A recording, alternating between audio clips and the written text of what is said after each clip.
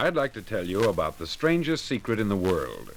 Not long ago, Albert Schweitzer, the great doctor and Nobel Prize winner, was being interviewed in London, and a reporter asked him, "Doctor, what's wrong with men today?" The great doctor was silent a moment, and then he said, "Men simply don't think."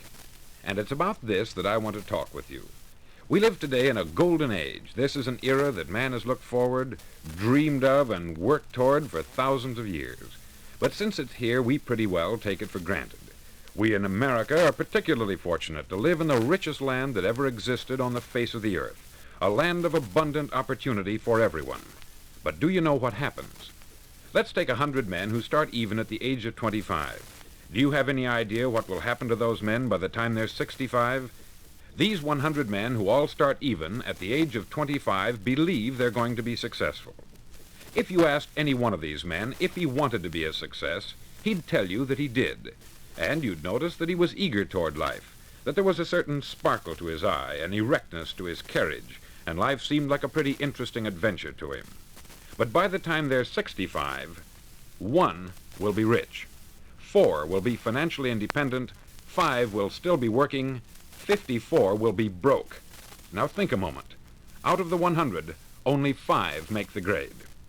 Why do so many fail? What has happened to the sparkle that was there when they were 25? What's become of the dreams, the hopes, the plans? And why is there such a large disparity between what these men intended to do and what they actually accomplished? When we say about 5% achieve success, we have to define success.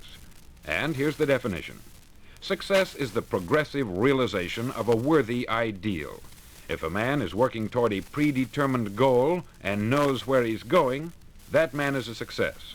If he's not doing that, he's a failure. Success is the progressive realization of a worthy ideal. Rollo May, the distinguished psychiatrist, wrote a wonderful book called Man's Search for Himself. And in this book he says, the opposite of courage in our society is not cowardice, it is conformity. And there you have the trouble today. It's conformity. People acting like everyone else, without knowing why, without knowing where they're going. Now think of it. In America right now, there are over 14 million people 65 years of age and over, and about 13 million of these 14 million are broke. They're dependent on someone else for life's necessities. Now, we learn to read by the time we're 7. We learn to make a living by the time we're 25. Usually, by that time, we're not only making a living, we're supporting a family. And yet, by the time we're 65, we haven't learned how to become financially independent in the richest land that has ever been known. Why? We conform. And the trouble is that we're acting like the wrong percentage group, the 95% who don't succeed. Now, why do these people conform? Well, they don't know, really. These people believe that their lives are shaped by circumstances, by things that happen to them, by exterior forces. They're outer-directed people. A survey was made one time that covered a lot of men, working men, and these men were asked this question. Why do you work? Why do you get up in the morning? 19 out of 20 had no idea. If you ask them, they'll say, everyone goes to work in the morning. And that's the reason they do it, because everyone else is doing it. Now let's get back to our definition of success. Who succeeds? The only man who succeeds is the man who is progressively realizing a worthy ideal. He's the man who says, I'm going to become this, and then begins to work toward that goal. I'll tell you who the successful people are. A success is the school teacher who's teaching school because that's what she wanted to do. The success is the woman who's a wife and mother because she wanted to become a wife and mother and is doing a good job of it. The success is the man who runs the corner gas station because that's what he wanted to do. The success is the successful salesman who wants to become a top-notch salesman and grow and build with his organization. A success is anyone who is doing deliberately a predetermined job because that's what he decided to do deliberately. But only 1 out of 20 does that. That's why today there isn't really any competition, unless we make it for ourselves. Instead of competing, all we have to do is create. Now, for 20 years, I looked for the key which would determine what would happen to a human being. Was there a key I wanted to know which would make the future a promise that we could foretell to a large extent? Was there a key that would guarantee a person's becoming successful if he only knew about it and knew how to use it? Well, there is such a key, and I've found it. Have you ever wondered why so many men work so hard and honestly without ever achieving anything in particular, and others don't seem to work hard and yet seem to get everything? They have the magic touch. You've heard them say that about someone. Everything he touches turns to gold. And have you ever noticed that a man who becomes successful tends to continue to become successful? And on the other hand, have you noticed how a man who is a failure tends to continue to fail? It's because of goals. Some of us have them, some don't. People with goals succeed because they know where they're going. Now think of a ship leaving a harbor, and think of it with the complete voyage mapped out and planned. The captain and crew know exactly where it's going and how long it will take. It has a definite goal. 9,999 times out of 10,000, it will get to where it started out to get. Now let's take another ship, just like the first, only let's not put a crew on it, or a captain at the helm. Let's give it no aiming point, no goal, no destination. We just start the engines and let it go. I think you'll agree with me that if it gets out of the harbor at all, it will either sink or wind up on some deserted beach a derelict. It can't go any place because it has no destination and no guidance. It's the same with a human being. Take the salesman, for example. There is no other person in the world today with the future of a good salesman. Selling is the world's highest paid profession, if we're good at it and if we know where we're going. Every company needs top-notch salesmen, and they reward those men. The sky is the limit for them. But how many can you find? Someone once said, the human race is fixed, not to prevent the strong from winning, but to prevent the weak from losing. The American economy today can be likened to a convoy in time of war. The entire economy is slowed down to protect its weakest link, just as the convoy had to go at the speed that would permit its slowest vessel to remain in formation. That's why it's so easy to make a living today. It takes no particular brains or talent to make a living and support a family today. So we have a plateau of so-called security, if that's what a person's looking for. But we do have to decide how high above this plateau we want to aim for. Now let's get back to the strangest secret in the world, the story that I wanted to tell you today. Why do men with goals succeed in life and men without them fail? Well, let me tell you something which, if you really understand it, will alter your life immediately. If you understand completely what I'm going to tell you from this moment on, your life will never be the same again. You'll suddenly find that good luck just seems to be attracted to you. The things you want just seem to fall in line. And from now on, you won't have the problems, the worries, the gnawing lump of anxiety that perhaps you've experienced before. Doubt, fear, well, they'll be things of the past. Here's the key to success and the key to failure. We become what we think about. Now let me say that again. We become what we think about. Throughout all history, the great wise men and teachers, philosophers and prophets have disagreed with one another on many different things. It is only on this one point that they are in complete and unanimous agreement. Listen to what Marcus Aurelius, the great Roman emperor, said. He said, "A man's life is what his thoughts make of it." Disraeli said this, "Everything comes if a man will only wait. I have brought myself by long meditation to the conviction that a human being with a settled purpose must accomplish it, and that nothing can resist a will that will stake even existence for its fulfillment." Ralph Waldo Emerson said this, "A man is what he thinks about all day long." William James said, "The greatest discovery of my generation is that human beings can alter their lives by altering their attitudes of mind." And he also said, "We need only in cold blood act as if the thing in question were real, and it will become infallibly real by growing into such a connection with our life that it will become real. It will become so knit with habit and emotion that our interest in it will be those which characterize belief." He also said this, "If you only care enough for a result, you will almost certainly attain it. If you wish to be rich, you will be rich. If you wish to be learned, you will be learned. If you wish to be good, you will be good. Only you must then really wish these things, and wish them exclusively, and not wish at the same time 100 other incompatible things just as strongly." In the Bible you read, in Mark 9:23, "If thou canst believe, all things are possible to him that believeth." Dr. Norman Vincent Peale said this, "This is one of the greatest laws in the universe. Fervently do I wish I had discovered it as a very young man. It dawned upon me much later in life, and I found it to be one of the greatest, if not my greatest discovery outside of my relationship to God. And the great law, briefly and simply stated, is that if you think in negative terms, you'll get negative results. If you think in positive terms, you will achieve positive results. That is the simple fact which is at the basis of an astonishing law of prosperity and success. In 3 words, believe and succeed. William Shakespeare put it this way: our doubts are traitors, and make us lose the good we oft might win by fearing to attempt. George Bernard Shaw said, people are always blaming their circumstances for what they are. I don't believe in circumstances. The people who get on in this world are the people who get up and look for the circumstances they want, and if they can't find them, make them. Well, it's pretty apparent, isn't it? And every person who discovered this for a while believed that he was the first one to work it out. We become what we think about.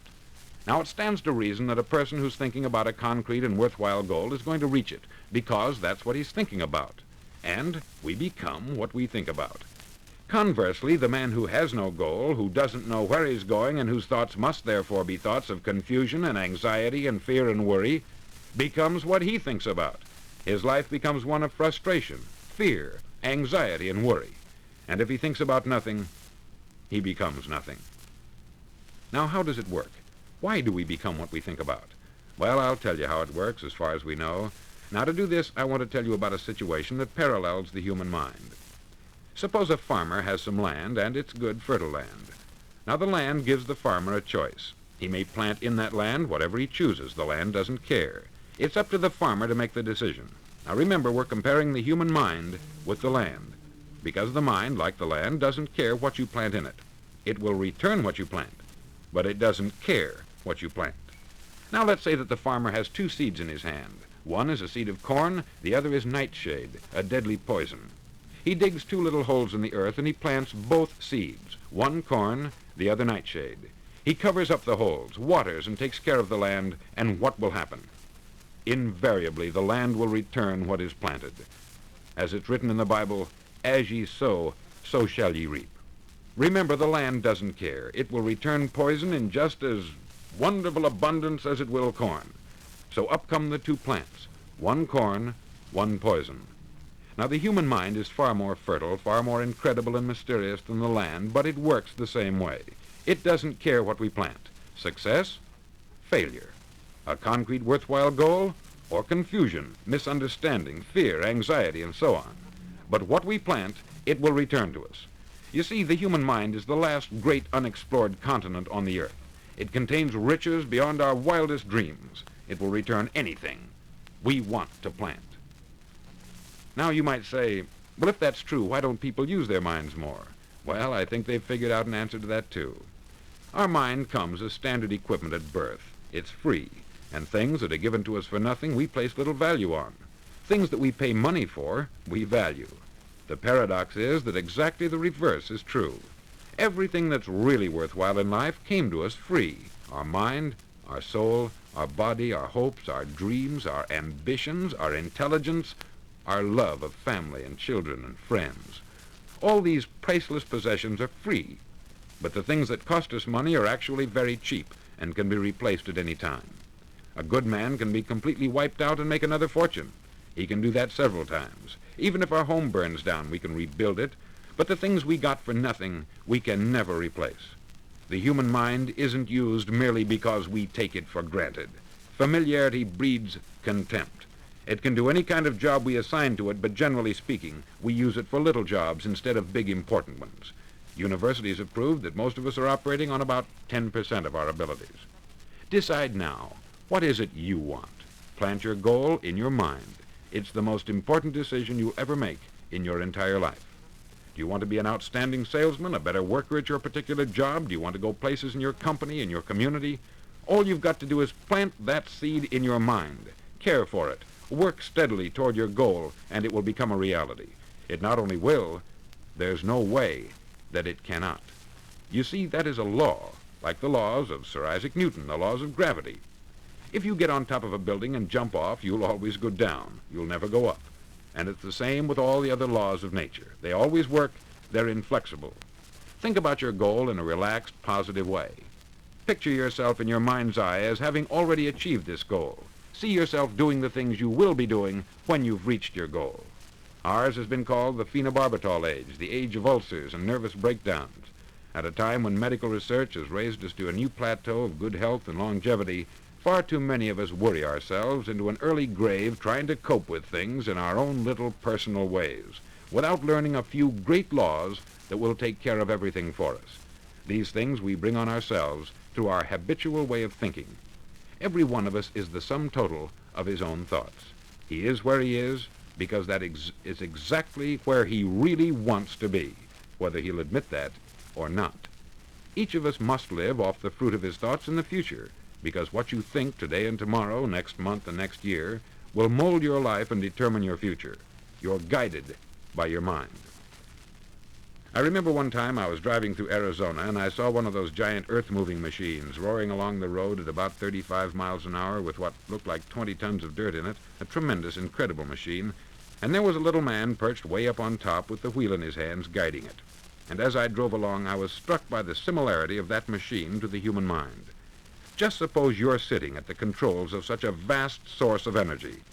Are you going to sit back and fold your arms and let it run itself into a ditch? Or are you going to keep both hands firmly on the wheel and control and direct this power to a specific, worthwhile purpose? It's up to you. You're in the driver's seat. You see, the very law that gives us success is a two-edged sword. We must control our thinking. The same rule that can lead a man to a life of success, wealth, happiness, and all the things he's ever dreamed of for himself and his family, that very same law can lead him into the gutter. It's all in how he uses it, for good or for bad. This is the strangest secret in the world. Now, why do I say it's strange, and why do I call it a secret? Actually, it isn't a secret at all. It was first promulgated by some of the earliest wise men, and it appears again and again throughout the Bible. But very few people have learned it, understand it. That's why it's strange, and why, for some equally strange reason, it virtually remains a secret. I believe that you could go out and walk down the main street of your town and ask one man after another what the secret of success is, and you probably wouldn't run into one man in a month who could tell you. Now, this information is enormously valuable to us if we really understand it and apply it. It's valuable to us not only for our own lives, but the lives of those around us, our family, employees, associates, and friends. Life should be an exciting adventure. It should never be a bore. A man should live fully, be alive. He should be glad to get out of bed in the morning. He should be doing a job he likes to do because he does it well. One time I heard Grove Patterson make a speech, the editor-in-chief of the Toledo Daily Blade, and as he concluded his speech, he said something that I've never forgotten. He said something like this: "My years in the newspaper business have convinced me of several things, among them that people are basically good, and that we came from someplace, and we're going someplace. So we should make our time here an exciting adventure. The architect of the universe didn't build a stairway leading nowhere. And the greatest teacher of all, the carpenter from the plains of Galilee, gave us the secret time and time again.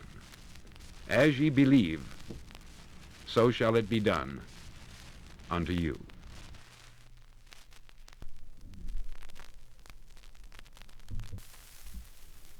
On side number 1 of this record, I've explained the strangest secret in the world and how it works.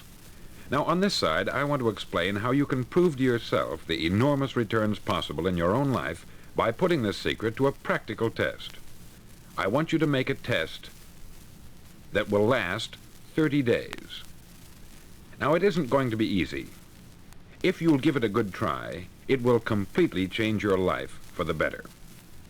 Back in the 17th century, Sir Isaac Newton, the English mathematician and natural philosopher, gave us some natural laws of physics which apply as much to human beings as they do to the movement of bodies in the universe. Now, one of these laws is that for every action, there is an equal and opposite reaction. Simply stated, as it applies to you and me, it means we can achieve nothing without paying the price. The results of your 30-day experiment will be in direct proportion to the effort you put forth.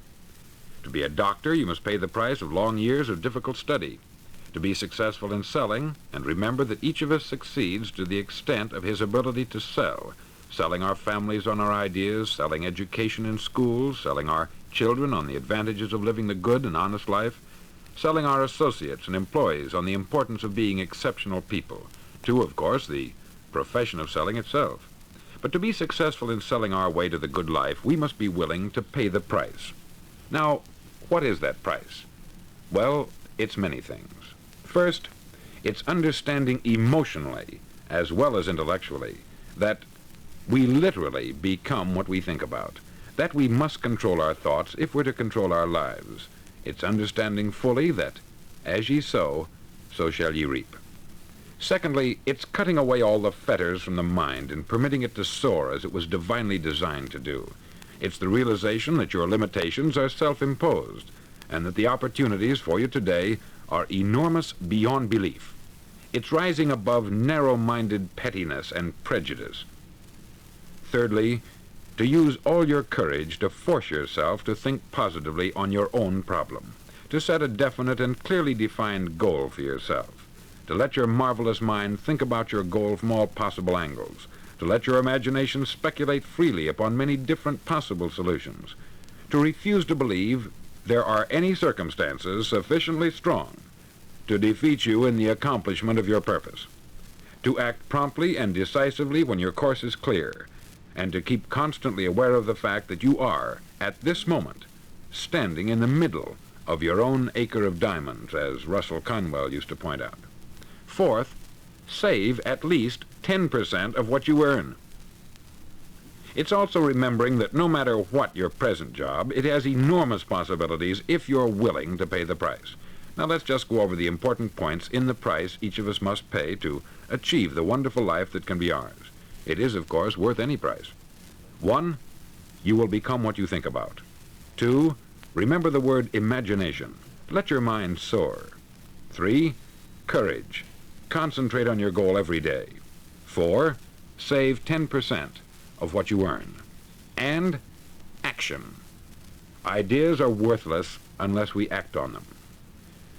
Now I'll try to outline the 30-day test I want you to make. Now keep in mind that you have nothing to lose by making this test, and everything you could possibly want to gain. There are 2 things that may be said of everyone. Each of us wants something, and each of us is afraid of something. I want you to write on a card what it is you want more than anything else. It may be more money. Perhaps you'd like to double your income or make a specific amount of money. It may be a beautiful home. It may be success at your job. It may be a particular position in life. It could be a more harmonious family. Each of us wants something. Write down on your card specifically what it is that you want. Make sure it's a single goal and clearly defined. You needn't show it to anyone, but carry it with you so that you can look at it several times a day. Think about it in a cheerful, relaxed, positive way each morning when you get up, and immediately you have something to work for, something to get out of bed for, something to live for. Look at it every chance you get during the day and just before going to bed at night. As you look at it, remember that you must become what you think about, and since you're thinking about your goal, you realize that soon it will be yours. In fact, it's yours really the moment you write it down and begin to think about it. Look at the abundance all around you as you go about your daily business. You have as much right to this abundance as any other living creature. It's yours for the asking. Now we come to the difficult part. Difficult because it means the formation of what is probably a brand new habit, and new habits are not easily formed. Once formed, however, it'll follow you for the rest of your life. Stop thinking about what it is you fear. Each time a fearful or negative thought comes into your consciousness, replace it with a mental picture of your positive and worthwhile goal. There will come times when you will feel like giving up. It's easier for a human being to think negatively than positively. That's why only 5% is successful. You must begin now to place yourself in that group. For 30 days, you must take control of your mind. It will think only about what you permit it to think. Each day for this 30-day test, do more than you have to do. In addition to maintaining a cheerful, positive outlook, give of yourself more than you've ever done before. Do this knowing that your returns in life must be in direct proportion to what you give. The moment you decide on a goal to work toward, you're immediately a successful person. You're then in that rare and successful category of people who know where they're going. Out of every 100 people, you belong to the top 5. Don't concern yourself too much with how you're going to achieve your goal. Leave that completely to a power greater than yourself. All you have to do is know where you're going. The answers will come to you of their own accord. Remember these words from the Sermon on the Mount, and remember them well. Keep them constantly before you this month of your test. Ask, and it shall be given you. Seek, and ye shall find. Knock, and it shall be opened unto you. For every one that asketh receiveth, and he that seeketh findeth, and to him that knocketh it shall be opened. It's as marvelous and as simple as that. In fact, it's so simple that in our seemingly complicated world it's difficult for an adult to understand that all he needs is a purpose and faith. For 30 days, do your best.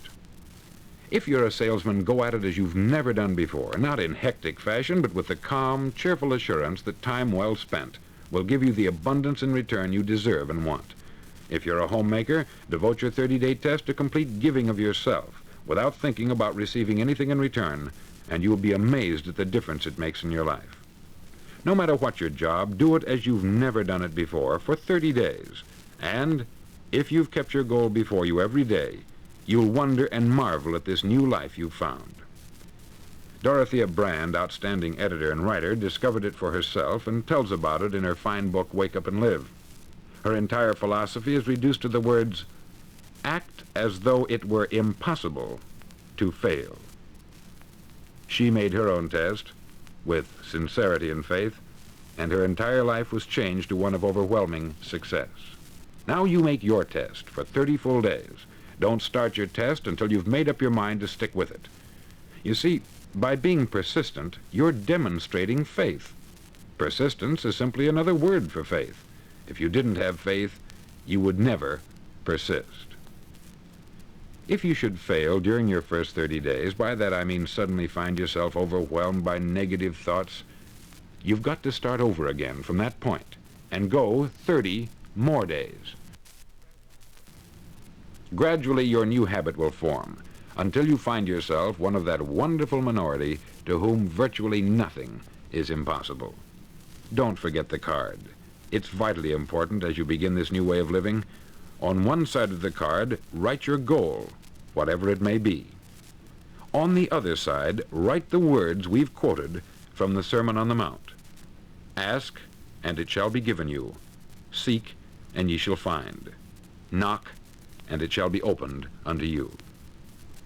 In your spare time during your test period, read books that will help you. Inspirational books like the Bible, Dorothea Brand's Wake Up and Live, The Magic of Believing by Claude Bristol, Think and Grow Rich by Napoleon Hill, and other books that instruct and inspire. Nothing great was ever accomplished without inspiration. See that during these crucial first 30 days, your own inspiration is kept at a peak. Above all, don't worry.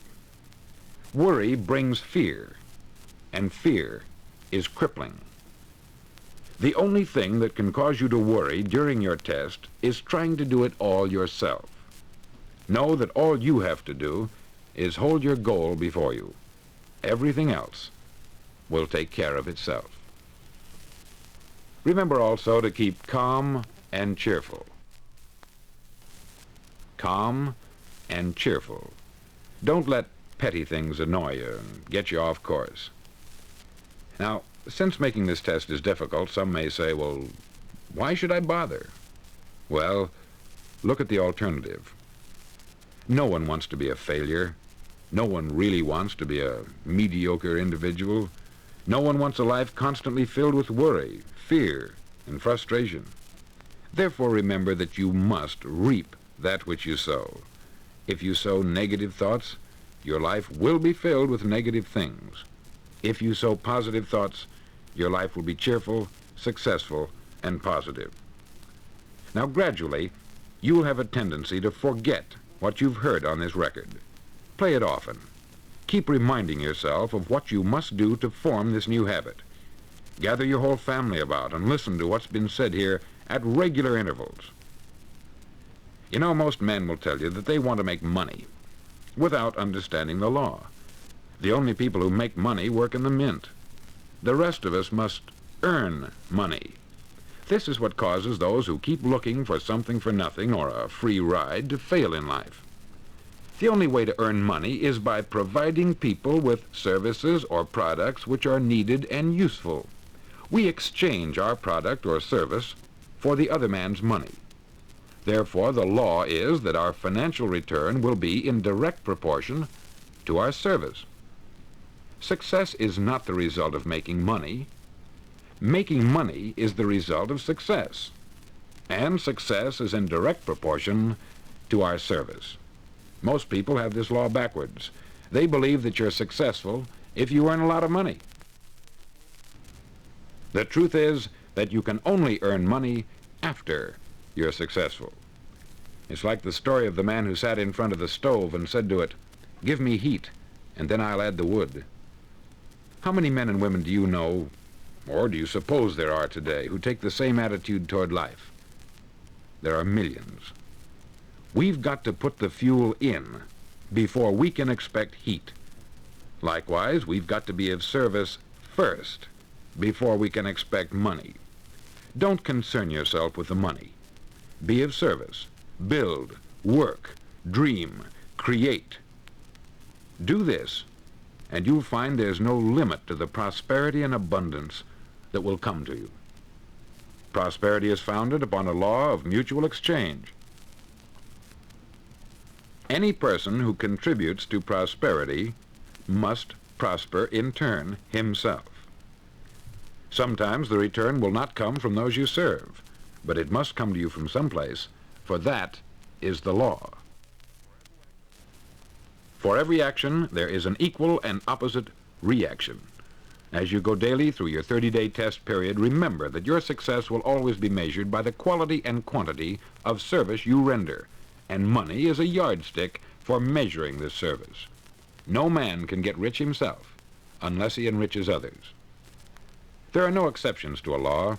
You can drive down any street in America and from your car estimate the service that's being rendered by the people living on that street. Had you ever thought of this yardstick before? It's interesting. Some, like ministers and priests and other devoted people, measure their returns in the realm of the spiritual, but again, their returns are equal to their service. Once this law is fully understood, any thinking person can tell his own fortune. If he wants more, he must be of more service to those from whom he receives his return. If he wants less, he has only to reduce this service. This is the price you must pay for what you want.